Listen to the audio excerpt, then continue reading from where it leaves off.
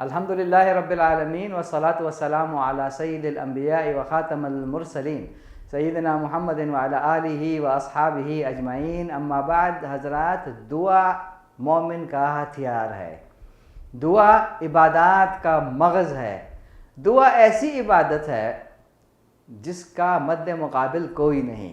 اندازہ کریں آپ، دعا وہ چیز ہے جب آپ دعا کر رہے ہوتے ہیں تو آپ کو احساس ہوگا اللہ تعالیٰ کے تمام اسماء اور صفات کا۔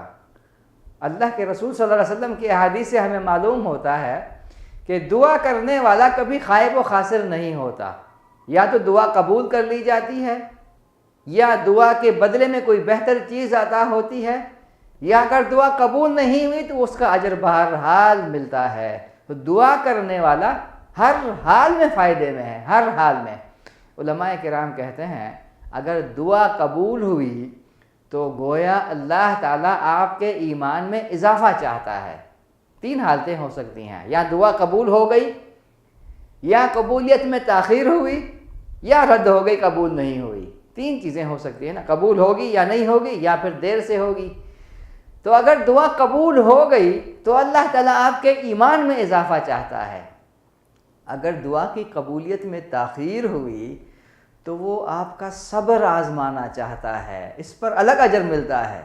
اگر دعا کی قبولیت میں تاخیر ہے تو وہ آپ کا صبر آزمانا چاہتا ہے، اور آپ کو معلوم ہے کہ صبر کا جزا کیا ہے؟ صبر کا جزا، صبر کا اجر بے حد و حساب ہے، بے حد و حساب۔ اور اگر دعا قبول نہیں ہوئی، اگر دعا قبول نہیں ہوئی تو اس کا مطلب یہ ہے کہ وہ اس سے زیادہ بہتر چیز آپ کو دینا چاہتا ہے۔ اندازہ کریں آپ، دعا کرنے والا ہر حال میں فائدے میں ہے، ہر حال میں۔ اگر دعا قبول نہیں بھی ہوئی تو اس کا مطلب یہ ہے، یقین کر لیجئے اللہ تعالیٰ آپ کو جو چیز آپ مانگ رہے ہیں اس سے بہتر دینا چاہتا ہے۔ تو ہمیشہ دعا کرتے رہا کریں، ہمیشہ دعا کرتے رہا کریں، اس کا اجر تو بہرحال آپ کو ملتا رہے گا، اور اس کے بدلے میں، دعا کے بدلے میں اللہ تعالیٰ بے شمار مصیبتوں کو ٹالتا رہتا ہے۔ اللہ تعالیٰ ہمیں عمل کرنے والا بنائے۔ اللہم صلی علی سیدنا محمد وعلی آلہ وصحبہ وسلم۔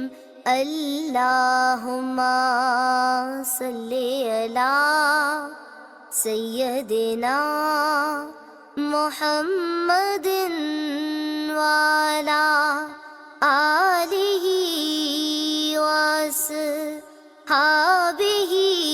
وسلم۔